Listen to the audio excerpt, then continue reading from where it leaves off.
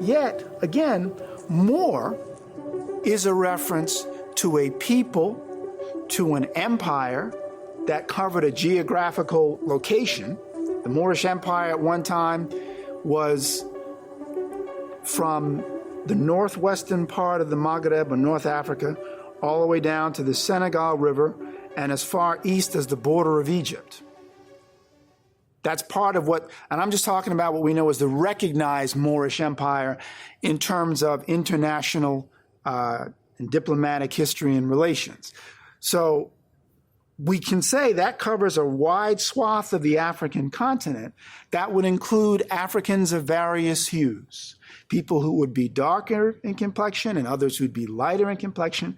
And the primary sources from Duarte, Portuguese travelers, and Azrara and English sources all affirm that the term Moor was used for people of African ancestry.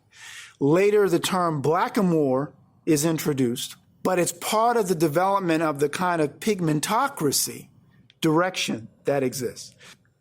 Within the English language, just as in other languages, there are different ways to translate something more accurately. So, and one of the examples I've often used is the difference in Spanish.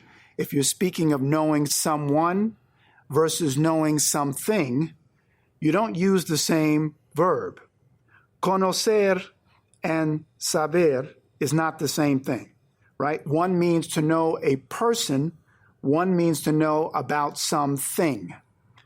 By the same token, if you translate Moor to simply mean black, knowing that black in the English language is affiliated with so much negativity, long before it was ever referenced for people of African or I dare say Indian ancestry, because a lot of people seem to be under the impression that black was only used to refer to people of Africa, and that's not true. Black was, and in some cases, is still used to refer to people of Asia by Europeans. My first trip to England, and I was talking to people from Indonesia and Pakistan and Cambodia and different parts of Southeast Asia, and they were bringing to my attention how you can read articles in the paper, and this is in the early 90s, where they would talk about a black person doing something. Usually it might have been affiliated with some criminal act, unfortunately, which was part of their point at the time. But they were saying that the term was used to encompass them.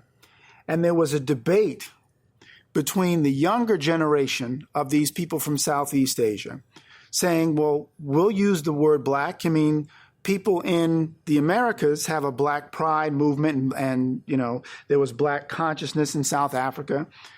And then there were those who were elders who were averse to it. They didn't like it because they said, you don't want to be encapsulated simply in a color because now the emphasis is simply on your color and not on your culture. So they said, well, they saw the value of, meaning the young people saw the value of trying to use a new hip kind of term, if you will. But the elders said no, because what that's doing is reducing your value because in the English language, black is largely associated with a bunch of negativity. And just like Richard B. Moore said in his book from the 60s, the term or the word Negro, its origin and evil use, he made the same argument. Why you shouldn't use the term Negro? Well, guess what? Negro is Spanish for black. So folks went from Negro in Espanol to black in English, but it's still the same thing. And I literally mean thing.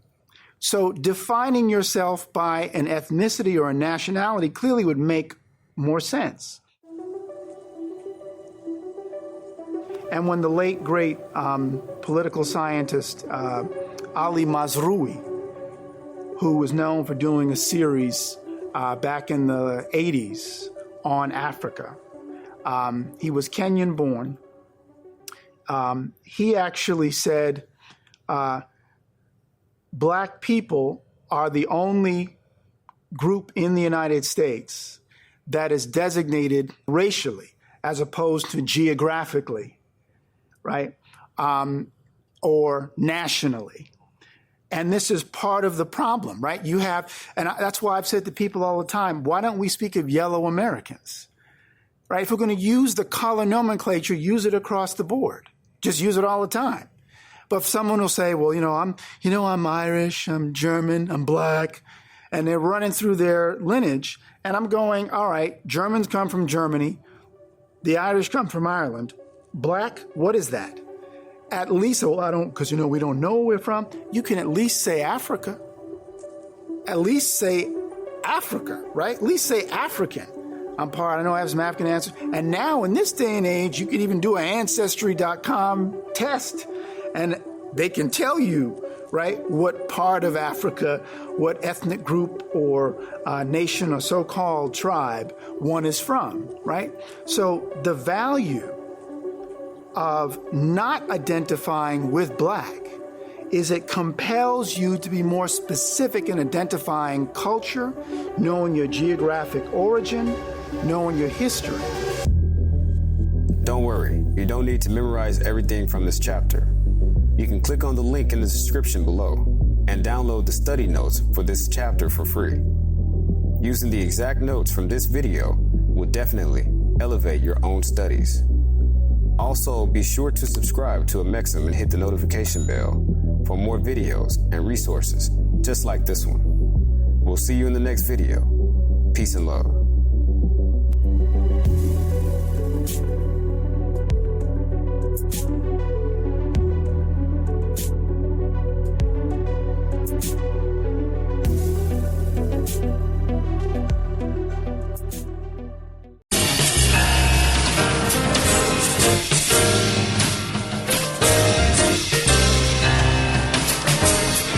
It's that Mad Knox music. We are the build for this network, for the strong, not the weak. And this is our weekly lineup. On Mondays, the #1 chief rocker, Jersey Burn, brings you that recap entertainment show. On Tuesdays, the attack is on hip hop throwback with the crown holder, DJ Mad Knox. Followed by the end of the big show with Chi-Town's finest, HRap B. On Wednesdays, the brothers gonna work it out. I'm talking about the brothers of the #1 chief rocker, Jersey Burn, and HRap B. On Thursdays, the Theory of the Culture show, straight talk, no chaser, with Chiz Roundtree and DJ Mad Knox. Followed by the two-step king, Jersey's finest, DJ Mucha opens up his groove house. And on Fridays, the crown holder, DJ Mad Knox, get your weekends right with the bill for this Friday mix. Built for this network, for the strong, not the weak. You understand what it is?